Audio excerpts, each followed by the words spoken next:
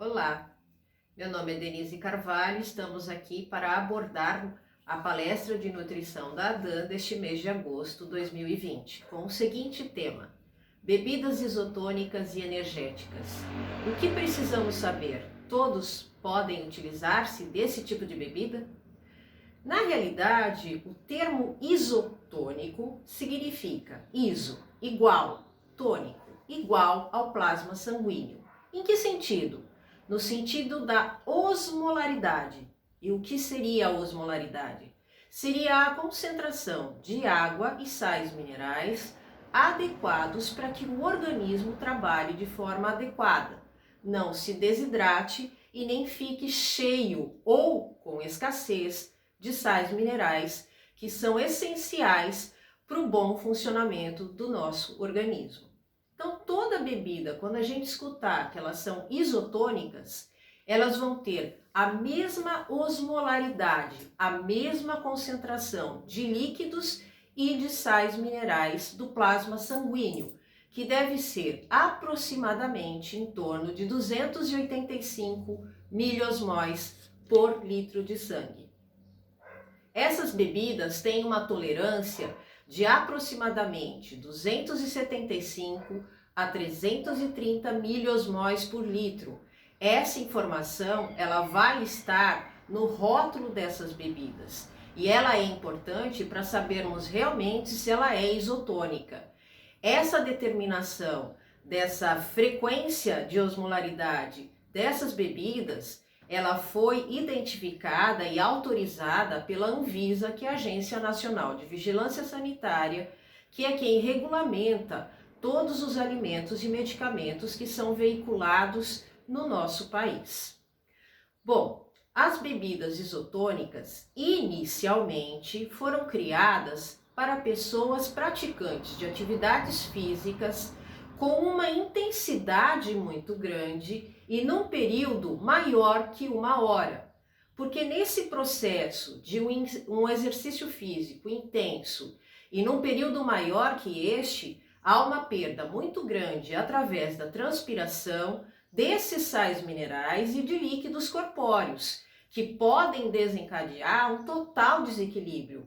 E no caso de atletas, por exemplo, que tem uma prática esportiva acima desse horário, numa intensidade alta, eles podem até, com essa desordem orgânica, se não repuserem os nutrientes e os líquidos corpóreos, terem uma piora no seu rendimento do esporte ao qual praticam. Por isso essas bebidas foram criadas.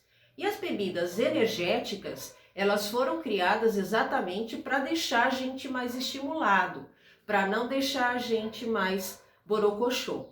Mas a gente vai verificar que a maioria desse tipo de bebida, seja isotônica ou energética, existem alguns grupos que não deveriam estar usando.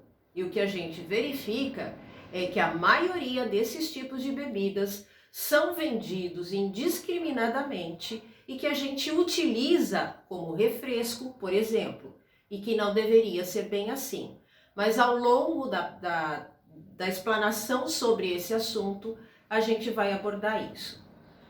As bebidas isotônicas, na realidade, elas são compostas por sódios, carboidratos, potássio, vitaminas e sais minerais. Elas não devem ser adicionadas por fibras e outros nutrientes. Esses outros nutrientes, eles são tidos como pertencentes aos alimentos, mas eles não são esses nutrientes convencionais que a gente conhece, como vitaminas, sais minerais, fibras, proteínas, carboidratos e gorduras. São substâncias presentes nos alimentos que eles estão presentes naturalmente nos alimentos, mas que eles não são exatamente os nutrientes convencionais, mas que têm funções muito grandes e importantes para a determinação da nossa saúde. Essas bebidas isotônicas, elas devem apresentar, como eu citei, a osmolaridade entre 270 e 330 miliosmóis por litro, semelhante a do plasma sanguíneo, que é 285 miliosmóis por litro, como a gente comentou. Isso faz com que a absorção dos nutrientes, sendo essa osmolaridade muito igual ou parecida com o do plasma sanguíneo, tem uma absorção muito maior e muito mais rápida desses nutrientes, repondo esses nutrientes que estão sendo perdidos durante o processo da atividade física. Não podem ser adicionados, como a gente falou, de fibras e outros nutrientes. Existem também aqueles que são tidos como repositores hidroeletrolíticos, e esses devem ser utilizados para a reposição de água e sais minerais somente. Então não existem outros tipos de nutrientes a não ser a água e os sais minerais. Geralmente os suplementos para os atletas profissionais são esses tipos de repositores hidroeletrolíticos. Tanto em bebidas isotônicas quanto em repositores hidroeletrolíticos, o sódio, que é um sal mineral, responsável exatamente pela quantidade de líquidos, pelo controle de líquidos que entra e sai e de nutrientes que entram e saem das células, ele deve estar composto nessas bebidas cerca de 460 a 1.150 miligramas por litro. Uma pessoa que não é hipertensa precisa de 2.400 miligramas de sódio por dia. Vejam que a quantidade máxima de sódio permitido nessas bebidas, que é 1.150 miligramas por litro, é quase totalmente a quantidade que a gente precisa em um único dia de sódio. Então a gente tem que começar a pensar que se eu preciso realmente repor toda essa quantidade de sódio que talvez essas bebidas isotônicas e repositores hidroeletrolíticos apresentam na sua composição. Senão seria demais para uma pessoa que não é atleta ingerir essa quantidade muito acentuada de sódio. O sódio em excesso provoca um aumento da pressão sanguínea arterial, o que para pessoas hipertensas não seria indicado. E para pessoas que não são hipertensas, mas que podem vir a ter uma propensão genética a desenvolver hipertensão em algum momento da sua vida, tomar ou usufruir dessas bebidas isotônicas em larga escala, cotidianamente, habitualmente, podem desencadear um processo de hipertensão mais abreviado. Ou seja, essa pessoa pode vir a apresentar a hipertensão num processo mais cedo na sua vida. Então é algo para se pensar. E pessoas hipertensas não deveriam usar esse tipo de bebida, porque na realidade uma pessoa hipertensa ela deve ser acrescida de sódio cerca de 500 miligramas somente na sua dieta por dia. E a gente tem mais que o dobro nessas bebidas isotônicas na sua permissão pela Anvisa. A osmolaridade dessas bebidas, né, como a gente viu, deve ser em torno de 275 a 330 miliosmóis por litro. Os carboidratos também estão presentes nas bebidas isotônicas, não nos repositores hidroeletrolíticos. Como a gente disse, os repositores só vão ser acrescidos de água e sais minerais. As bebidas isotônicas vão apresentar carboidratos e o carboidrato simples, que é aquele que tem um grau de absorção muito alto, muito intenso e que é absorvido de forma rápida, porque ele é molecularmente muito pequeno e a absorção dele já se dá aqui na nossa bochecha internamente, pois nós temos na nossa saliva enzimas que pré-digerem carboidratos ou que digerem carboidratos muito pequenos como carboidrato simples. Então a absorção desse tipo de carboidrato que é utilizado nesses tipos de bebidas isotônicas é o simples e a absorção é intensa e rápida.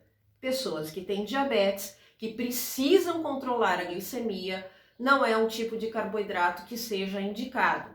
Portanto, pessoas que apresentam diabetes mellitus não deveriam também fazer uso desse tipo de bebida isotônica, a não ser que elas sejam zero açúcar. Aí eu poderia, se eu não for hipertenso, fazer uso e não tiver problemas renais também, porque o diabetes pode desencadear algum tipo de problema renal, eu posso fazer uso desse tipo de bebida isotônica se eu for principalmente praticante de atividade física. As bebidas isotônicas, elas podem ser adicionadas de vitaminas. Como eu disse, de sais minerais também, tanto as hidroeletrolíticas quanto as isotônicas, de potássio. E o potássio ele pode estar presentes, e todas essas informações vão estar no rótulo dessas bebidas, até 700 miligramas por litro. Não podem ser adicionados de fibras, como a gente comentou, e outros nutrientes.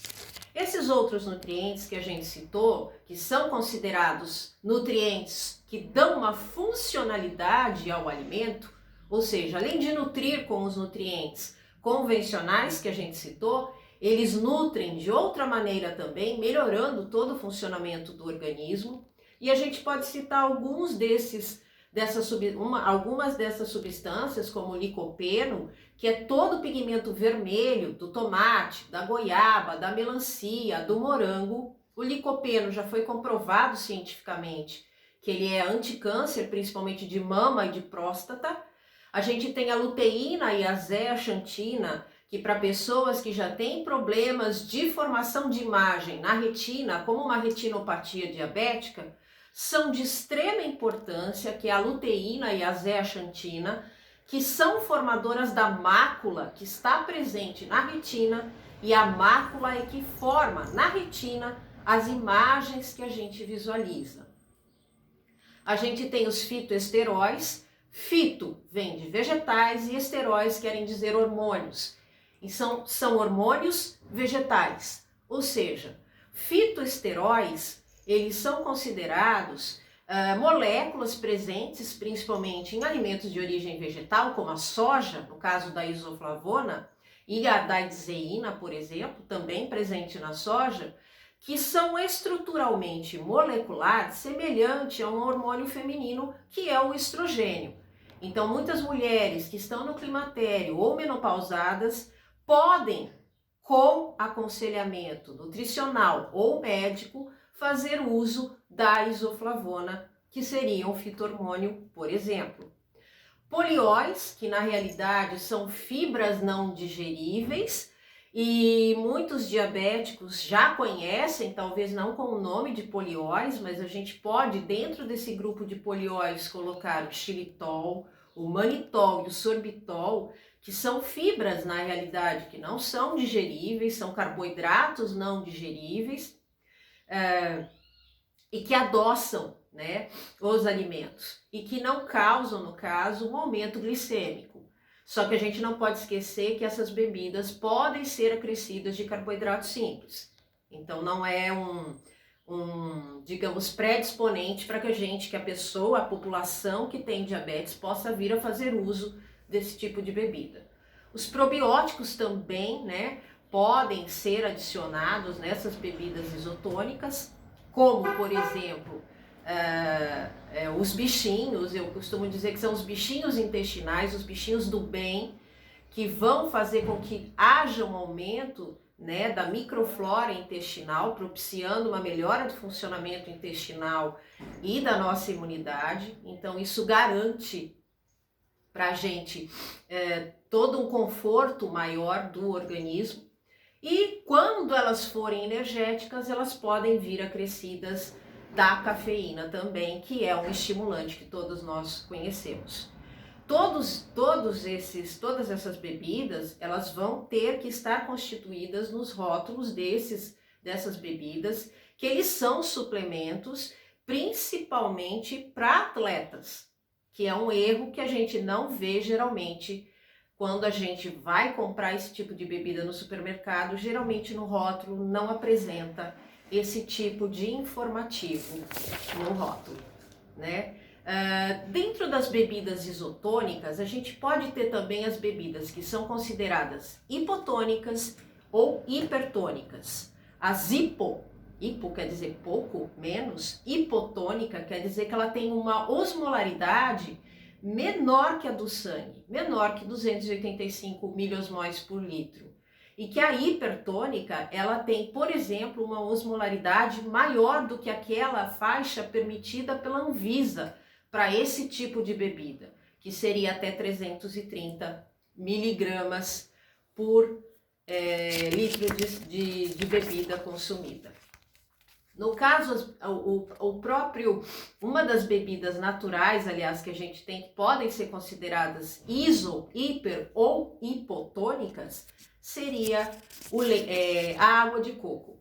A água de coco, ela apresenta, vai depender da sua maturação, uma osmolaridade parecida ou menor ou maior que a do sangue. Quando ela está ainda verde, quando o coco ainda está verde, essa água presente dentro do coco vai ter uma osmolaridade hipotônica, ou seja, abaixo do sangue. Quando ele está numa maturação adequada, ele vai ter uma osmolaridade isotônica, ou seja, igual à do sangue. E essa seria indicada também para reposição de líquidos e eletrólitos, ou seja, sais minerais. E quando ele está maduro demais, já está passando do ponto da madurez dele, ela vai ser considerada hipertônica, acima da osmolaridade, naquela faixa permitida pela Anvisa, que determina que a osmolaridade tem que estar dentro dessa faixa para ser considerada uma bebida isotônica.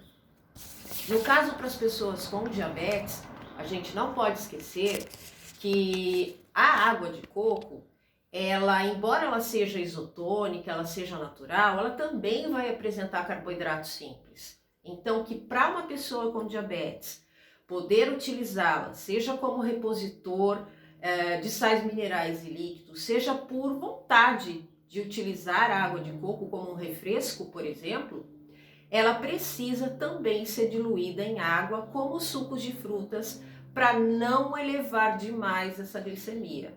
Então, uma água de coco para uma pessoa com diabetes que não é praticante de uma atividade física intensa e de alta duração, ela deve ser diluída em água. Então, a gente vai ter 3 dedos da água de coco para o restante de água num copo de requeijão. As pessoas, por exemplo, a gente já viu, eu já vi, acho que todo mundo já fez isso, já usou a bebida isotônica como uma forma de reposição dos líquidos quando a gente tem um processo diarreico ou de vômitos. Nesses 2 processos, realmente há uma perda de líquidos e há uma perda de sais minerais, que geram processos de desordem orgânica, como o processo de desidratação, que pode ocasionar até um choque hipovolêmico, por uma diminuição tão acentuada de líquidos e de sais minerais no corpo, que o coração começa a colapsar e não conseguir mais bombear aquele líquido escasso com sais minerais escassos, porque eu tive um processo muito grande, muito intenso de vômitos e diarreia. E a gente acaba utilizando esses tipos de bebidas para essa reposição. A gente não pode esquecer que pessoas que têm diabetes, hipertensão, gestantes e crianças abaixo de 12 anos não devem fazer uso desse tipo de bebida para esta finalidade de reposição em casos diarreicos e de vômito. A gente deve utilizar, por exemplo, um copo de água de requeijão. E depois desse copo, dentro desse copo de água de requeijão, a gente deve utilizar, se eu não tiver essa medida, eu vou usar para pequenininha uma colherzinha de café e para maiorzinha uma colherzinha de chá. No caso aqui, eu vou usar o sal nessa medidinha menor ou uma colher de café rasada. Eu coloco a parte pequena no sal, ele vem meio montanha. Eu passo a faca e raso. Depois eu vou no açúcar. De açúcar, caso eu não seja diabético, se eu for diabética de uma outra forma, que eu vou repor esses quadros de vômitos e diarreia, eu vou no açúcar e aí eu vou rasar 2 vezes, porque são 2 medidas dessas, ou 2 colheres de chá de açúcar, para um copo de requeijão. Então vamos lá, vamos recapitular. Para um copo de requeijão, eu vou usar uma medidinha pequena de sal e 2 da maiorzinha de açúcar. Se eu não tiver essa medidinha, eu vou usar para um copo de requeijão de água, eu vou usar 1 colher de café de sal rasada para 2 colheres de chá de açúcar. Dessa maneira, eu consigo formar o soro caseiro. E ao longo do dia todo, eu vou bebendo de golinho em golinho. Eu não vou beber tudo de uma vez, para repor esses líquidos e esses nutrientes que estão sendo perdidos por esses processos. Se eu for diabético, eu posso utilizar a água de coco, não as bebidas isotônicas, a não ser que elas sejam 0 açúcar para esse fim. Como eu vou usar a água de coco, que é uma bebida isotônica, ou dependendo da maturação hiper ou hipotônica, eu vou ter que diluir em água, porque ela contém carboidratos simples que podem ocasionar uma elevação muito grande da glicemia. E no caso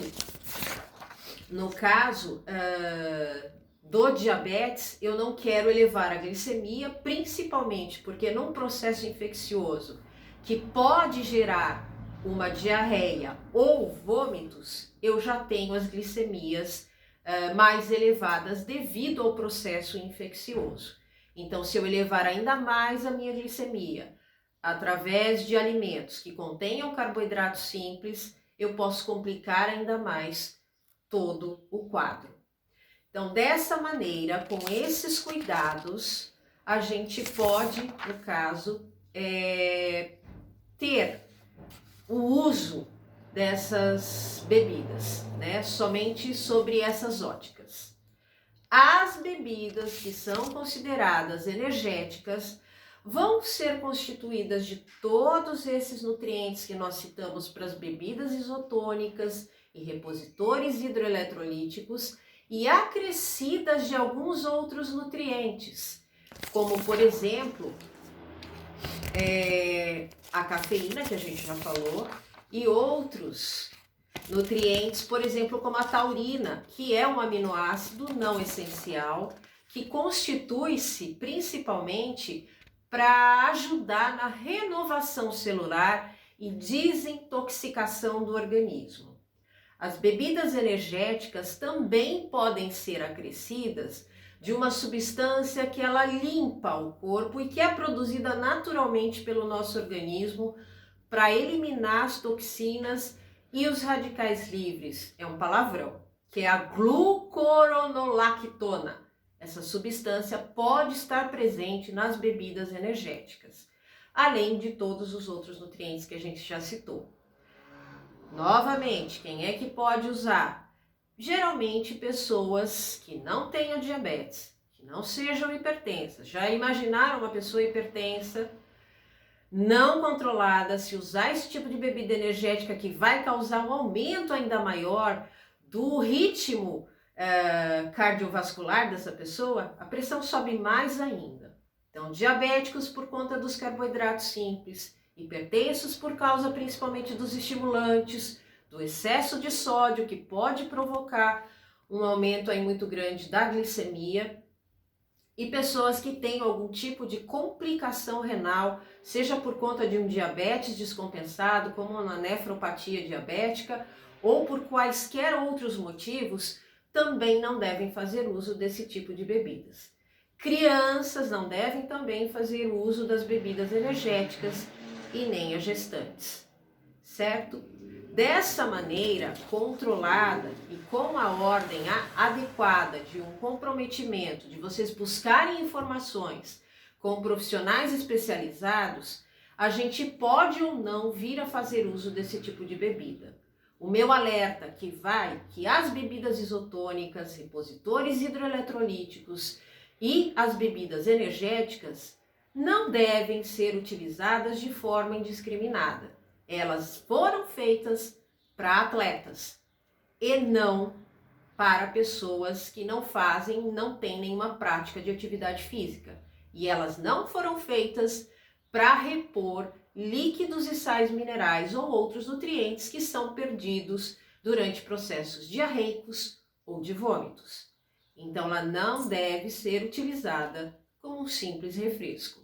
Ela só deve ser utilizada sob supervisão nutricional ou médica. Então, busquem informações e não usem de forma indiscriminada esse tipo de bebida. E a gente não visualiza, geralmente, né, quando a gente vai comprar um alimento, a gente esquece de observar o rótulo e de observar todas essas informações que foram citadas nesse vídeo. Então, essa foi a intenção de buscar esse tema e abordar esse tema para todos vocês. Quaisquer dúvidas, estou à disposição para esclarecimentos. E não esqueçam de deixar um like, um joinha no canal do meu YouTube. Um grande abraço a todos e até o próximo vídeo.